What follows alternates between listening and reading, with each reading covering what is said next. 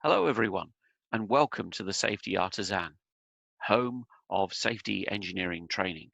And today we're going to be looking at how you analyze the safety of functions of complex hardware and software. And again, as with all the other tasks, it's used to identify and classify system functions and the safety consequences of functional failure or malfunction.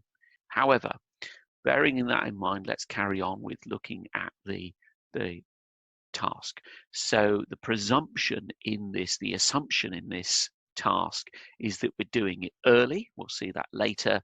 And that system design, system architecture is still up for grabs. We're talking about complex stuff where we're talking about systematic failure dominating over random, simple hardware failure. We'll talk about that at the end as well. So moving on to task description.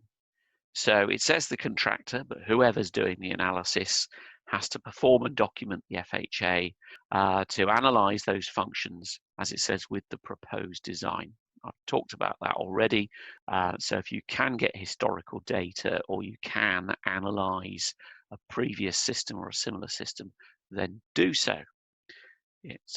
It will ultimately save you an awful lot of money and heartache if you can do that early on. And what's the final outcome of the accident sequence? And then table 2, probability levels. Sorry, there's no hazard at all because we've eliminated it. But so we've got frequent down to improbable, and then in the standard we've got a definition for these things in words for a single item and also for a fleet or inventory of those items. So as you can see, we've got probability down the left-hand side, and at the bottom, if we've eliminated the hazard, then there is no severity. Nothing is perfect except for elimination, because this is just an absolute level of risk. So those are your tables 1, 2, and 3 as the standard describes them, and that's an important labor-saving device, because if you've got, you could have quite a large configuration item, but actually only a tiny bit contributes to the hazard. So that's the only bit you need to worry about. And then from all of this work, we need to generate a list of requirements and constraints to include in the spec, which, if they work, will eliminate the hazard or reduce the risk.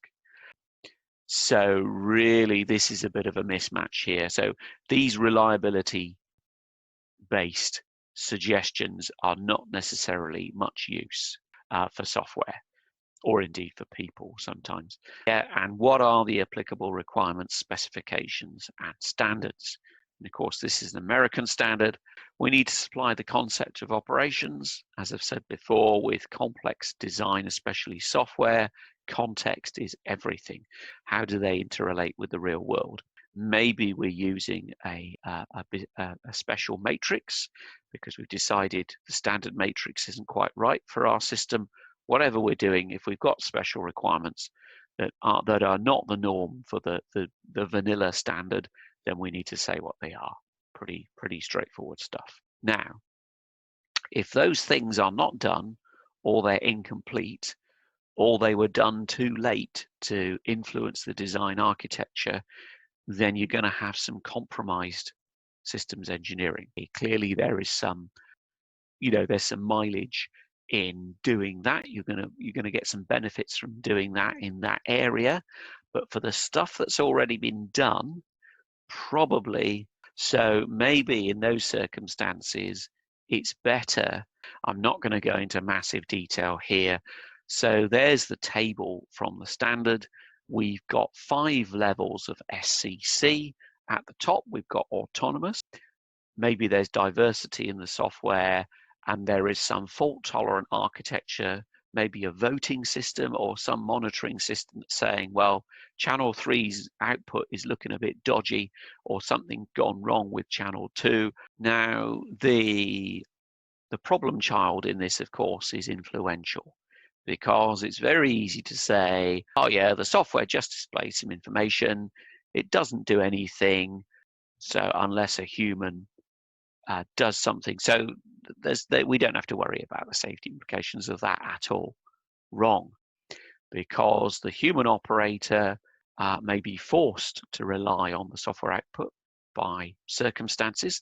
We can use that to determine the software criticality index, which varies from 1, most critical, down to 5, least critical. 3 colored matrix that I showed you earlier.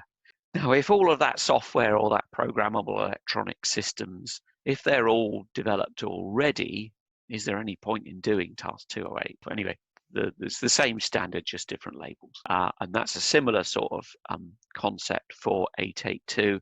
And the two work relatively well together, fairly consistently. What it's not so good at is generating cases where you say, well, if this goes wrong, or if we're at the edge of the envelope where we should be, let's test for those edge of the envelope cases. Let's test for that. You've still got to know what you're doing in order to get the most out of it. And I've not talked about data, but it is worth mentioning that with data-rich systems these days,